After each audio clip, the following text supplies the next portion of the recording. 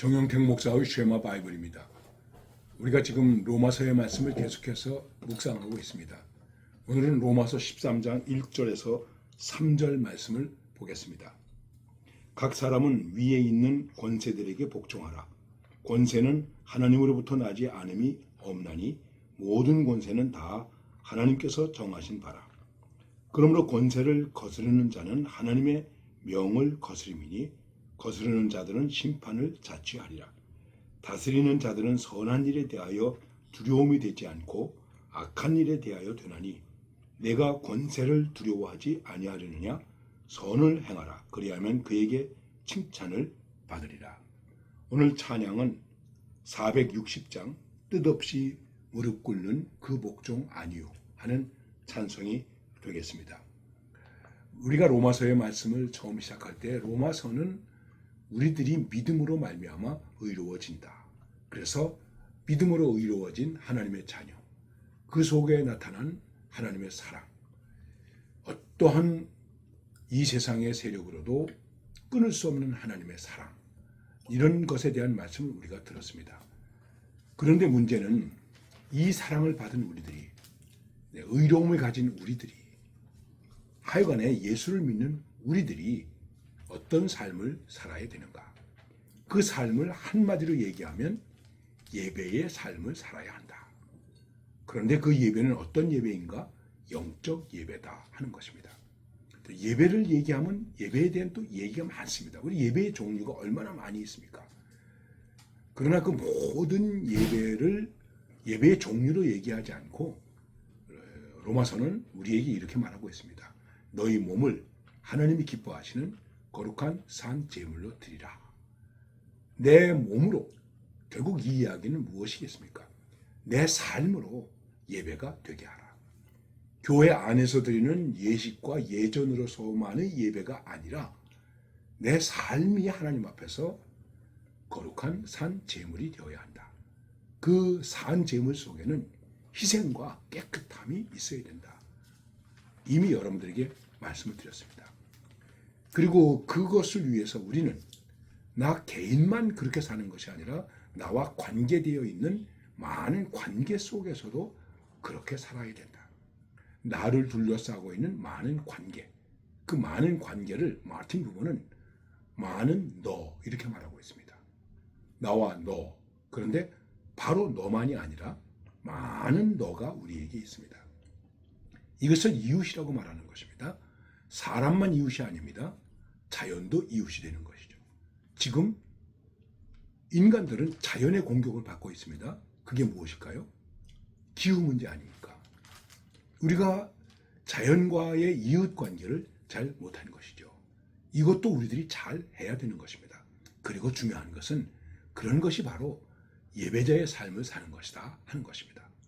우리는 교회 공동체 안에서 자신의 은사를 잘 활용해야 되고, 그리고 이 사회생활 속에서는 특별히 선으로 악을 이기는 그런 삶의 자세가 필요하다. 그러면서 구체적으로 우리를 둘러싸고 있는 이 세상의 문제와 이야기를 하고 있는 것입니다. 그래서 오늘 말씀은 1절에서부터 7절까지가 한 단락이라고 볼 수 있는데, 그리스도인과 이 세상의 권세들과의 관계를 어떻게 해야 되느냐 하는 것을 말하고 있는 것입니다. 그런데 이 말씀만 보면은 우리가 오해할 수도 있습니다. 뭐라고 말씀하고 있냐면, 각 사람은 위에 있는 권세들에게 복종하라. 권세는 하나님으로부터 나지 않음이 없나니 모든 권세는 다 하나님께서 정하신 바라. 위에 있는 권세, 이 위에 있는 권세, 소위 말하면 당시에 다스리는 자, 권력을 가진 자, 높은 사람, 이렇게 이야기할 수 있겠죠. 여기에 복종하라는 것입니다. 그 다음에 또 문제가 뭐냐면, 이러한 권세가 하나님으로부터 주어졌다. 다 하나님이 정하신 것이다 하는 얘기입니다. 그럼 우리가 생각할 때 나쁜 정권도, 독재 정권도, 독재자도 하나님이 정하신 것인가? 우리가 의구심을 가질 수 있겠죠. 이런 데 대해서 이런저런 얘기를 많이 할 수 있지만은 역사의 큰 틀로 본다면, 하나님의 역사 안에서 본다면 하나님의 예정과 섭리 속에 들어있는 것이다. 이렇게 우리가 이해할 수 있는 것입니다. 그런데 무조건 복종해야 되겠습니까? 당시 바울이 로마서를 쓸 때 예수를 믿는 사람들이 얼마나 많은 핍박을 당했습니까? 그런데 저항하지 않았습니다. 요즘으로 말한다면 반정부 운동을 일으킨다든지 무슨 단체를 결성해가지고 정부와 더불어 싸운다든지 그러지 않았습니다.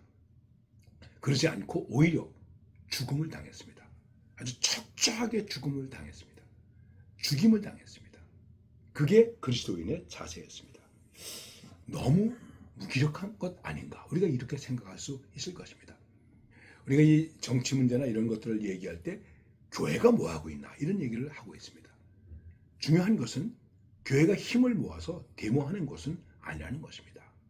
그래서 그 다음 말씀에 이렇게 말씀하고 있습니다. 그러므로 권세를 거스리는 자는 하나님의 명을 거스림이니 거스리는 자들은 심판을 자초합니다. 세상의 권세에 대해서 순복하라, 거스리지 말라 말씀하고 있습니다. 그럼 무조건 거스리지 말아야 됩니까? 그래서 그 다음 말씀이 무엇이냐면 다스리는 자들은 선한 일에 대하여 두려움이 되지 않고 악한 일에 대하여 되나니 내가 권세를 두려워하지 아니하려느냐 선을 행하라 그리하면 그에게 칭찬을 받으리라. 우리가 해야 할 일은 선을 행하라. 박해를 받아도 선을 행하라. 굉장히 중요한 것입니다. 선을 행하라. 누구의 편이 되지 말고 선을 행하라. 여러분 오해는 하지 마십시오. 우리는 교회 안에서 자꾸만 누구 편을 듭니다. 진보냐 보수냐 이렇게 편을 가릅니다. 우냐 좌냐 그게 아니고 선을 행하라. 선, 하나님의 본질로서의 선, 하나님의 속성으로서의 선, 과연 선을 행하는가? 이것이 중요한 것입니다. 어떠한 경우에도 우리는 선을 행해야 됩니다. 그러면 두려움이 없게 됩니다. 이제 역사 속에서 보면은 이 정치하는 사람들 가운데서 정치를 잘 못하는 사람들이나 독재자들이 핍박하는 자들이 교회를 두려워했습니다. 왜 그럴까요? 자기들은 악하고 교회가 선했기 때문입니다. 이게 결정적으로 중요한 것입니다. 복종하느냐 안 하느냐의 문제가 아닙니다. 우리는 선을 행하라. 선을 행하라. 하나님의 섭리 속에서 선을 행하라. 다시 한번 우리 교회가 선을 행하고 있는가? 그러면 칭찬이 있으리라. 칭찬을 받으리라. 그러면 우리가 이기는 것입니다. 그리고 이것이 선으로 악을 이기는 것이 되는 것입니다. 그리고 또 하나의 예배의 승리다. 이렇게 말할 수 있는 것입니다. 다시 한번 기억합시다. 우리는 선을 행합시다.